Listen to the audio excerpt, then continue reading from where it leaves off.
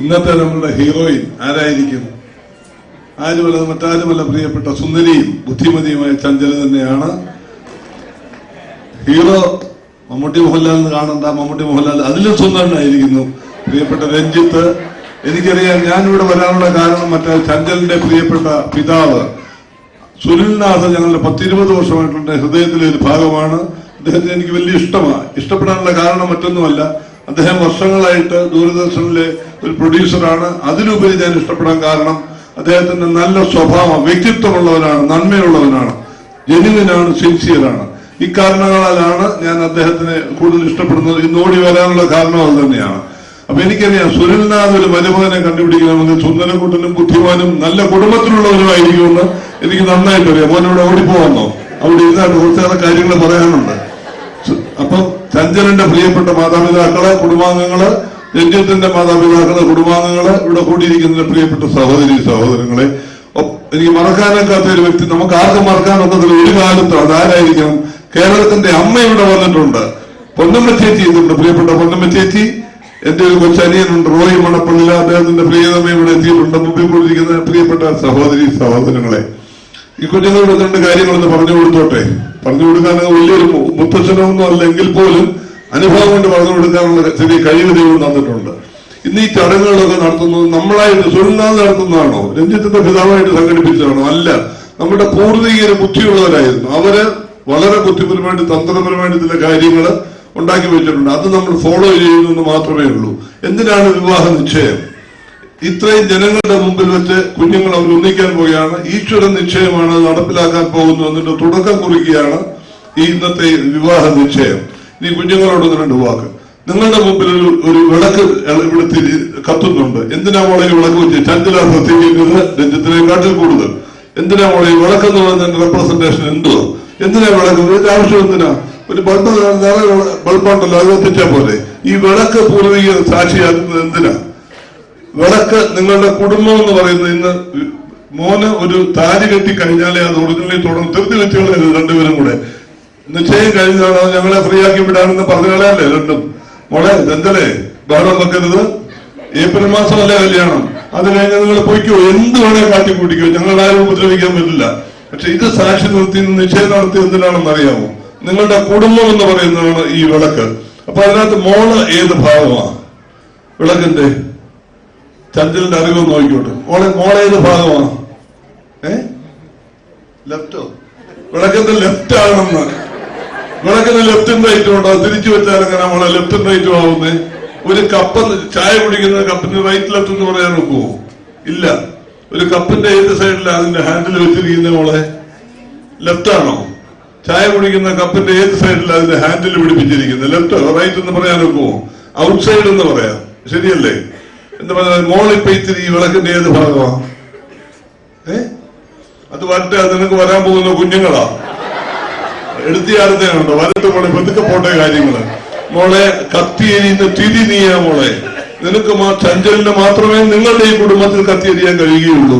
മോൻ വന്ന് ചെന്നിട്ടേ രഞ്ജിത്തോണ്ട് പോയി, ചേട്ടാ ഞാൻ കത്താൻ തുടങ്ങുന്ന പറഞ്ഞാൽ കത്തത്തില്ല, നടക്കത്തില്ല. അത് മോള് തന്നെ കത്തിയെരിയണം. അപ്പൊ മോനെ രഞ്ജിത്ത്, മോന്റെ റോൾ ഏതാ? കുഞ്ഞെന്തോ ഇതിനകത്ത്? തിരി നിന്റെ ഭാര്യ, ആ ഭാര്യയാവാൻ പോകുന്ന ആളാ ചഞ്ചല. മോനെന്തുവാ? തീയോ? അത് തമ്പുരാൻ തരാൻ പോകുന്ന സന്താനങ്ങളാന്ന് ഞാൻ പറഞ്ഞില്ലേ മോനെ. നിന്റെ റോൾ എന്തുവാ? ഭാര്യ, പിന്നെ വുഡ്ബി ഭാര്യ പറഞ്ഞു കൊടുക്കുന്നത് എണ്ണ പറഞ്ഞു സത്യമായത് എണ്ണ. പക്ഷെ എണ്ണയെന്ന് പറഞ്ഞ വെളിച്ചെണ്ണയാണോ നല്ലെണ്ണയാണോ? എന്തോ ഈ എണ്ണ എന്ന് പറയുന്നത്? എന്തോ മോനെ പറഞ്ഞതിനെ വെച്ചിട്ട് രാജ്യങ്ങൾ ഇതിനെ വെറുതെ കിടത്തില്ല. സ്നേഹമാകുന്ന എണ്ണയെ കൊണ്ട് നിറച്ചൊഴിച്ചു കൊടുക്കണം. കരിന്തിരി എരിയാൻ പാടില്ല. ഒരു കണ്ടീഷനും കൊണ്ട് ഞാനത് ചെവിയിലെ വെറുതെ കൊടുക്കാതെ എടുക്കരുത്. ഈ ഒരു വിളക്കിൽ മാത്രമേ അത് ഒഴിക്കാവൂ. ഇഷ്ടംപോലെ ഒഴിച്ചോ. ഇത് കരിന്തിരി എരിയാൻ മോൻ ഒരിക്കലും സമ്മതിക്കരുത്. മോൻ കേട്ടിട്ടുണ്ടോ? പഴയ കാലത്ത് നമ്മുടെ അമ്മൂമ്മമാര് വീട്ടിൽ കരിന്തിരി എരിഞ്ഞാൽ എന്താ സംഭവിക്കുന്നത്? അവിടുത്തെ മോളെ ഇങ്ങനെ വിളിക്കും, എടി മോളെ, എടി തുളസി ഇങ്ങനെ വന്നേ, എടി കരിന്തിരി എരിയുന്നു മണമടിക്കുന്നല്ലോ, എണ്ണ ഒഴിക്കുന്നു പറയുമായിരുന്നോ ഇല്ലയോ? കരിന്തിരി എരിഞ്ഞാൽ ദോഷമാണെന്ന് പറയും. മോൻ കേട്ടല്ലോ? ഒരു ദിവസം പോലും ചഞ്ചല് സ്നേഹമാകുന്ന എണ്ണയില്ലാതെ അവിടെ ഈ വിളക്ക് കത്താൻ പാടില്ല. ഇനി നിങ്ങൾക്കുണ്ടാകുന്ന സന്താനങ്ങൾ എന്താണ്? അതാണ് മക്കളെ ഈ ദീപം. അത് നിങ്ങളുടെ വീടിനും നിങ്ങളുടെ നാടിനും രാജ്യത്തിനും ദീപമായിട്ട് പ്രകാശമായിട്ട് പേരും പെരുമയും കൊണ്ടുവരണം. ഇനി രഞ്ജിത്തിനെ കുറിച്ച് കേട്ടറിഞ്ഞ കാര്യങ്ങളെന്ന് പറഞ്ഞോട്ടെ. അത് മോടെ വീട്ടുകാർക്ക് അറിയാത്തവർക്ക് വേണ്ടി പറഞ്ഞോട്ടെ എന്ന്. എല്ലാവർക്കും അറിയാമെങ്കിൽ പോലും മോൾക്ക് ചെറുപ്പം മുതൽ നിർബന്ധമായിരുന്നു ഒരു കലാകാരനെ കൊണ്ട് എന്നെ കെട്ടിക്കാമെന്ന്. അച്ഛനോട് എപ്പോഴും പറയുമായിരുന്നെന്ന് പറഞ്ഞ് കേട്ടറിയുക ഇത്. അപ്പൊ സെലക്ട് ചെയ്തിരിക്കുന്ന ഒരു നടനാണ്, സിനിമാറ്റോഗ്രാഫി അറിയാം, സ്കൂൾ ഓഫ് ഡ്രാമയിലെ പാസ്സാളാണ്, സുന്ദരക്കുട്ടനുമാണ്. ഏത് സമയത്ത് വേണേ അഭിനയിക്കാൻ തുടങ്ങാൻ മോനെ. പക്ഷെ ആലോചിച്ച് തുടങ്ങിയാൽ മതി പോലെ ഞങ്ങൾക്കറിയാം അതിന്റെ ബുദ്ധിമുട്ടെന്താന്ന്. വളരെ ആലോചിച്ച് അഭിനയിച്ചാടാവും. എന്തായിരുന്നാലും മോന് നല്ല ജോലിയുണ്ട്, ഷെയർ മാർക്കറ്റിലാണ്, MBA എടുത്ത ആളാണ്, എല്ലാം കൊണ്ടുവന്നെങ്കിൽ ഓൾറൗണ്ടറാണ് രഞ്ജിത്ത് എന്ന് പറഞ്ഞ് ഒത്തിരി സന്തോഷമുണ്ട്. എനിക്കറിയാം സുനിൽനാഥ് ബുദ്ധിമാനാണ്, നല്ല പിള്ളേരെ എടുക്കുള്ളൂ എന്നുള്ളത് ഞങ്ങൾക്ക് നന്നായിട്ട് അറിയാം. തമ്പുരാൻ അനുഗ്രഹിക്കുന്നത്. ഇനി ഒരു കാര്യം കൂടെ മക്കളെ, കുടുംബജീവിതം എന്ന് പറയുന്ന വരും കാലങ്ങളിൽ കൊണ്ടുപോകുന്നത് ദൈവാനുഗ്രഹവും നിങ്ങളുടെ പരസ്പര വിശ്വാസവും എന്നൊരു സംഗതിയാണ്. കോൺഫിഡൻസ്, മ്യൂച്വൽ കോൺഫിഡൻസ് ആണ് കുടുംബജീവിതത്തിനെ കൊണ്ടുപോകുന്നത്. അത് ഒരു പോറലേൽപ്പിക്കാതെ അന്ത്യം വരെ കൊണ്ടുപോകേണ്ടത് രണ്ടുപേരും ഈക്വലി റെസ്പോൺസിബിളാ. ഒരു കാര്യം കൂടെ, മഴവില്ല് മനോരമ തുടങ്ങിയതിനു ശേഷം വെറുതെ അല്ല ഒരു ഭാര്യ ഉണ്ട്, ഞാനങ്ങ് മാറിയേക്കാം. എന്റെ മോളെ മണ്ടത്തിലൊന്നും കാണിക്കല്ലേ. ആദ്യജാതനെ കൊണ്ടുവന്ന് രഞ്ജിത്തെ കുളിപ്പിച്ചോ തുടച്ചോ ക്ലീൻ ചെയ്തോ എന്ന് പറഞ്ഞു കഴിഞ്ഞാൽ അവൻ അവിടുന്ന് സ്ഥലം വിടും. മണ്ടത്തിലൊന്നും കാണിക്കല്ലേ മോളെ. വളരെ ആലോചന കണ്ടും വേണം ചെയ്യാൻ. ജീവിതം പ്രായോഗികമാണ്. മിനിസിനോ സിനിമയോ അല്ല ജീവിതം. അറിഞ്ഞ് പ്രവർത്തിച്ചാട്ടെ. ഒരു കാര്യം കൂടി, പഴയ കാലങ്ങളിൽ ബ്രാഹ്മണ സമുദായമാണ് ഈ താലികെട്ട് കൊണ്ടുവന്നത്. മിന്ന് കൊണ്ടുവന്നത് അവരാ, നമ്മളാരും കൊണ്ടുവന്നതല്ല. ബ്രാഹ്മണ സമുദായത്തിൽ നിന്ന് വന്നതാണ് മിന്ന്. മിന്നെന്തിനാ കൊണ്ടുവന്നുള്ളത് കുറച്ചു പേർക്കൊക്കെ അറിയാതിരിക്കുമല്ലോ. അന്നും 7 നൂലെടുത്താ ഇത് ഈ മിന്ന് കെട്ടിയിരുന്നത്. എന്റെ ഭാര്യ എപ്പോഴും പറയും, ആ ഒരു കുരുക്ക് കഴുത്തെ വീണതിന് ശേഷം രക്ഷപ്പെടാതെ കിടക്കുന്നത് പറയും എന്റെ ഭാര്യ എപ്പോഴും. ഒരു കുരുക്ക് കഴുത്തെ കെട്ടുമല്ല, മോനൊരു കെട്ടുമല്ലോ വരും കല്യാണ ദിവസം. ആ കുരുക്കാ മോളെ. അത് കഴിഞ്ഞാൽ പിന്നെ അവിടെ നിന്നുപോയി. ആ കെട്ടുന്ന നൂല് 7 നൂല് വെച്ച. എന്തിനാ 7 എടുത്തതെന്നറിയാമോ? എന്താണ് റെപ്രസെന്റേഷൻ? 7 നിറം കൊണ്ടാണോ? സ്വരങ്ങൾ 7ആണ്, നിറങ്ങൾ 7ആണ്, അതുകൊണ്ടാണോ? യാമങ്ങൾ 7ആണ്, ശുശ്രൂഷകൾ 7ആണ്, അതുകൊണ്ടാണോ? അല്ല. എന്താണ് അപ്പൊ 7? നിങ്ങൾ രണ്ടും കൂടെ ഓരോ നൂല് വെച്ച് എത്ര നൂലായി? 2ആയി. ശരിയാണ്. മോന്റെ മാതാപിതാക്കള് അപ്പൊ എത്ര നൂലായി? 4ആയോ? മോടെ സുനിൽനാഥ് ഭാര്യയും എത്ര നൂലായി? ഒരെണ്ണം എക്സ്ട്രാ ഉള്ളത് ആരായിരിക്കും? ആരാ മതി? ചെവി പറഞ്ഞാ മതി. മോനെ മറ്റാരുമല്ല, ഈശ്വരനാ മോനെ. അല്ലെങ്കിൽ നമ്മുടെ വിശ്വാസം എന്ന് പറയും. അതും കൂടെ ചേർത്ത് വെച്ചാണ് ഈ പഴയ കാലത്ത് ഈ 7 നൂല് 1 നൂലാക്കിയത്. 7 നൂല് ഒന്നാക്കിയത് എങ്ങനെ? 7 നൂല് ലൂസാക്കിയിട്ട് കെട്ടാനൊക്കത്തില്ല. അപ്പൊ എങ്ങനെ അത് എന്തുകൊണ്ടാണ് ഒന്നാക്കിയത്? ഫെവിക്കോൾ വെച്ചോട്ടിച്ചാണോ?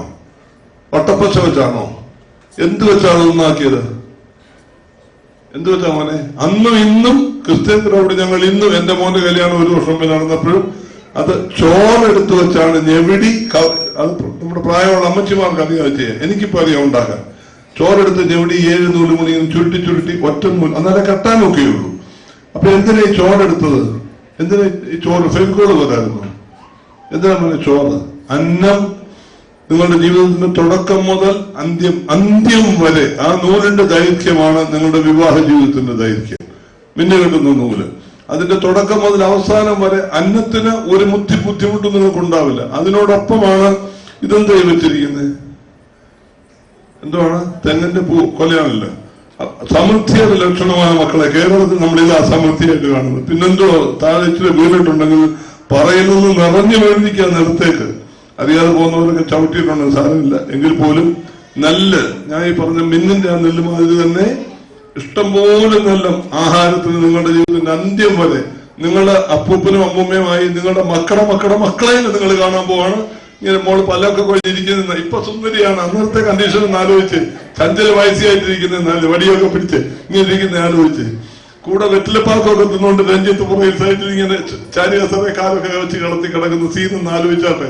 അത് കാണാനുള്ള ഭാഗ്യം തമ്പുരാൻ നിങ്ങൾക്ക് തരാൻ പോവാണ്. തമ്പുരാൻ അനുഗ്രഹിക്കട്ടെ. മാതാപിതാക്കളെ സ്നേഹിക്കണം. നിങ്ങൾ വിവാഹിതരായ മാതാപിതാക്കളെ മറക്കുക. 2 കൂട്ടർ. ചഞ്ചലിനി രഞ്ജിത്തിന്റെ അച്ഛനും അമ്മയാണ്. അച്ഛനും അമ്മയും മോൻ എന്ത് പറഞ്ഞാലും ആദ്യം സുനിൽനാഥനും ഭാര്യയുടെ കാര്യം പറഞ്ഞിട്ട് മോൻ അച്ഛനും അമ്മയുടെ കാര്യം പറയാവും. അങ്ങനെ തുടങ്ങിയാൽ ജീവിതത്തിൽ അടിയുണ്ടാവില്ല, വഴക്കം ഉണ്ടാവില്ല. കേട്ടല്ലോ മോള് കല്യാണം കഴിച്ച് തുടങ്ങി, ചേട്ടാ എന്റെ അച്ഛന്റെ എഴുത്ത് വന്നിരുന്നു കേട്ടോ, എന്റെ അച്ഛന്റെ കോള് വന്നിരുന്നു, അങ്ങനെ ചഞ്ചല് പറയരുത്. എന്ത് പറഞ്ഞാലും ആദ്യം രഞ്ജിത്തിന്റെ അച്ഛനെ അമ്മയെ കുറിച്ചേ പറയാവൂ. കൊച്ചു ടെക്നിക്കാണ്. നിങ്ങളുടെ ജീവിതം മംഗളമായിട്ട് ഭവിക്കും. തമ്മിൽ എല്ലാവിധ അനുഗ്രഹങ്ങളും പ്രാർത്ഥിച്ചുകൊണ്ട് എന്റെ വാക്കുകൾ ചുരുക്കുന്നത്. Best of luck for both of you. Thank U.